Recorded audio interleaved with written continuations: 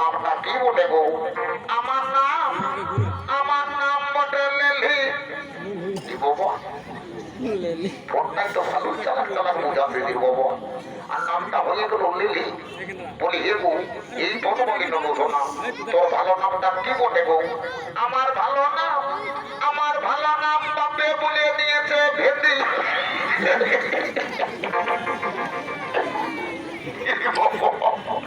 বাবা এটা ভালো আর মন্দ কোনটা বোঝাই যাবে নাকি বাবা? শুনবো তোর নামটা ওঠে যখন লিলি, তখন আমার নামও ওঠে ঠেলা আমি ঠেলি। মাঝে মনে তো রং নাম্বারটা ঢুকাচ্ছে পরে এই বোধবার ঠাকুরের নাম্বারটা না দিয়ে রোগ নাম্বারটা ঢুকান দিয়েছি। দাদা মতো কোথায় আমি ছিল লে ঠাকুরের নাম্বারটা দিচ্ছি। হত বল হতলে বলছি হত বল এই 03252 আরেকবার বল 03252 মুলুক 53 এইটাই ওঠে কিরিং কিরিং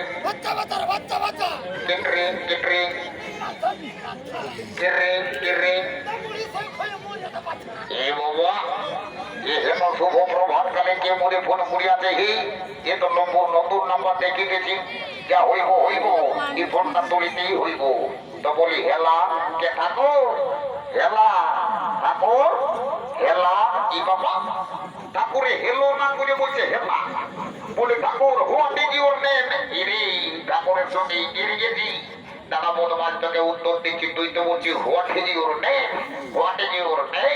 মাই নেম ইজ লম্বা। এ ঠাকুর বলি একটি গাছ লিখে বাবা বিহা ভরি আসছে মোটের লোক দেখাচ্ছি বাবা। এই বড় চেতর বিটি সেটা মোটেরই বাবা। এগো আমি নাই খাই গো নাই খাই। এ ঠাকুর ভালো মাল আছে, এক গিলাস নিলে ভালোই হতো। রাম রাম রাম রাম রাম রাম রাম রাম বাবা। এগু চাইতে ঠাকুরালি মাকড়ালি সব পাটে উঠাই দিবি গো বাবা। এগু তুই জানিস নাই আমি ভদ্র ঠাকুর বটি, আমি কোনোদিনের মদ ভাব খাই নাই। সেদিন অম্বিকানগরের কাছে যে আমি গেলেন ধাক্কায় 30 টাকা ধার দিলি, সেটাকে নাইছো নাকি? অম্বিকা বিধিশিলার মুখে কোনো আর নাই বাবা। জানিকের জায়গায় বোঝ বাবা, অনেকের জায়গায় বোঝ। দু একদের তালেই নিয়ে দেবো, তাও 30 টাকা একটা শোধ করিবই করিব। পড়িয়ে গো এ কোনের বর এই ধারে শোন বাবা, পরিতদের গোত্রটা কে বটে গো? হ্যাঁ গো ডাক্তার তো এ বাবা চারটা বেটির বিহা দিলে এই গোত্রে আর একটা মজে গোত্রটা কি বটে? এগো আমি ভুলিয়ে গেছি রে বাবা, গোত্রটা কি বটে? ধন্য বাবা তোদের গোত্রটা কি বটে? এগো ডাক্তার আমাদের গোত্রটা বটে বাবা ভুলগুড়ি। ও তার জন্য তোর এত দেরি। ভুলগুড়ি গোত্রটা বলতে তোর বড়ই আট লাগছে। যা বল নিজের জায়গায় বল, কত ভাসবো টাকার ভিতর বিহা জড়ি দিয়েছে। ভুলগুড়ি গোত্র নিয়ে যা ঠাকুর এবার যা পারবি ঠাকুর। বলি রে এই বলতাম দেখো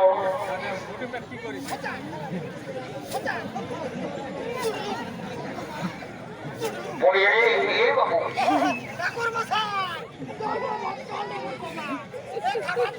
বাবা আগড়া বাগড়া লাগে যাও বাবা।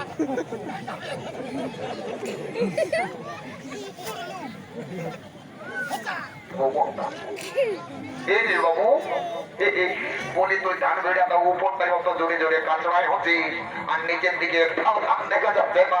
এটা তুই কিরকম ধান যাচ্ছি রে বাবু?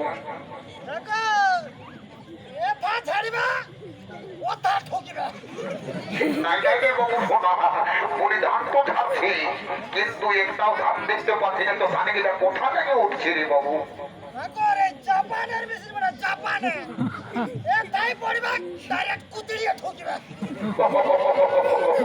ঠিক আছে বাবু, শোনা জাপান থেকে যখন আসেছি, জাপান থেকে যখন আনেছিস তখন আরো বেশি ধান পড়বে, তার ব্যবস্থা করে দিয়েছি। তোকে শান্তি জলটা দিয়ে তোর মেশিনটাকে প্রতিষ্ঠিত করে দিয়েছে, বুঝলি? ও শান্তি, ও শান্তি তোকে ঢালে শান্তি।